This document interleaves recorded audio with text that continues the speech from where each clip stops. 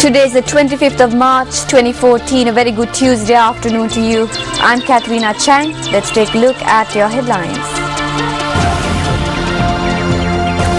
A permanent solution to the country's issue can only be reached through the country's social and cultural background.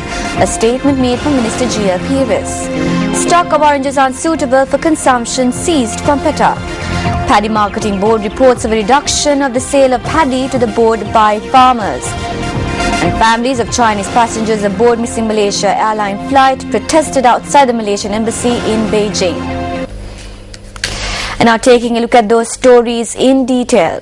Minister of External Affairs Professor G.L. Peiris says that a permanent solution to the nation's issues can only be reached through the social and cultural background of the country. He made this statement during a discussion in Kandy yesterday. A meeting was convened in order to inform the Mahasangha with regard to the resolution that will be presented on Sri Lanka at the UNHRC session in Geneva. This discussion took place at the meeting room of the Temple of the Sacred Tooth Relic in Kandy. In international law, it has been clearly stated that in order for international intervention, space must be given for the country in question to be able to solve their matters domestically. This is because if a permanent solution is to be found, that solution must be formed within a cultural and social backdrop.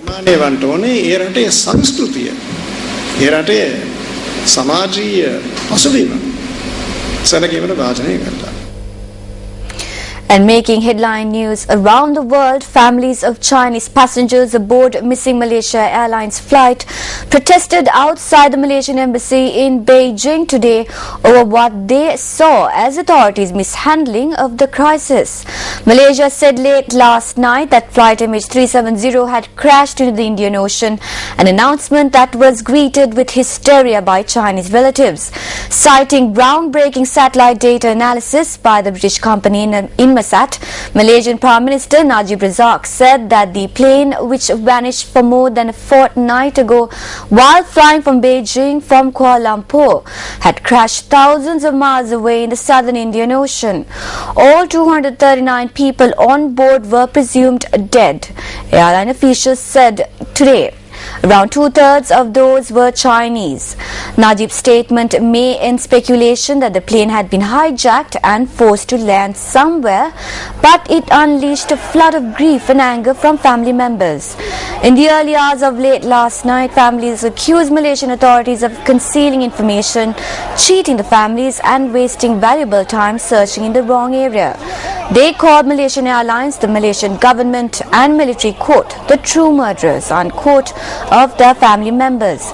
After Najib's announcement, China's Foreign Ministry immediately demanded all relevant satellite data analysis from Malaysia that demonstrated how Malaysia had reached its conclusion about the fate of the jet.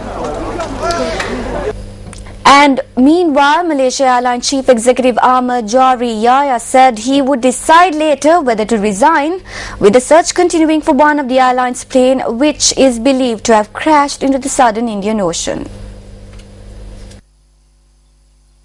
The investigation basically team that's being led by DCA. And yesterday, when the Prime Minister made that statement, it's very evident that the aircraft ended its flight in the middle of South Indian Ocean. Okay, so we will have to be, we just have to follow those evidence has been presented to us. And what we did yesterday was to share that as quickly as possible to the next of kin. And will I resign?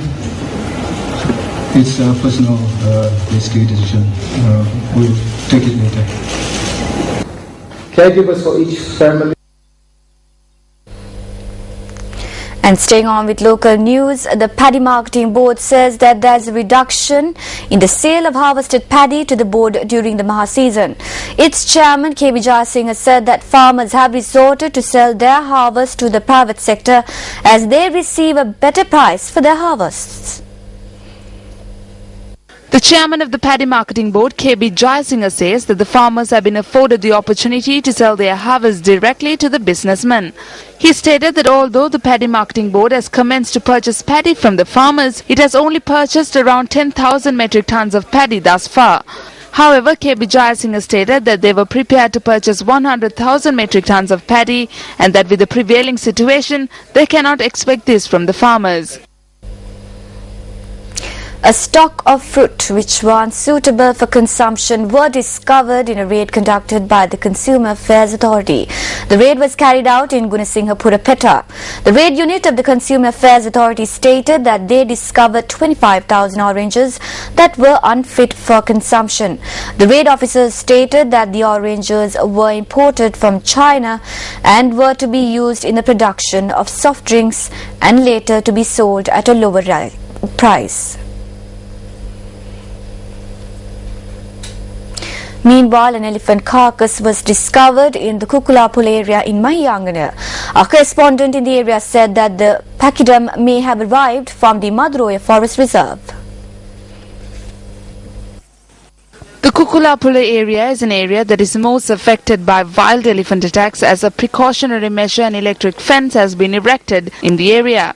However, the area residents state that these fences are not effective as a result of the low voltage electricity supplied to the fence. Area residents further said that the elephant had caused damage to the electric fence and then arrived at the location. The post-mortem examination of the carcass is due to take place today. A youth died after being knocked down by a train at the Malyapu junction in Hatton. The police said that the victim died after being knocked down by the train plying from Badula to Colombo at 7:15 this morning. The victim has been identified as 21-year-old Mariudas Michael Fernando from Kalaniwata, Muskelia. The victim's body is currently placed at the morgue of the Disoya Hospital. A police investigation is also underway over the incident.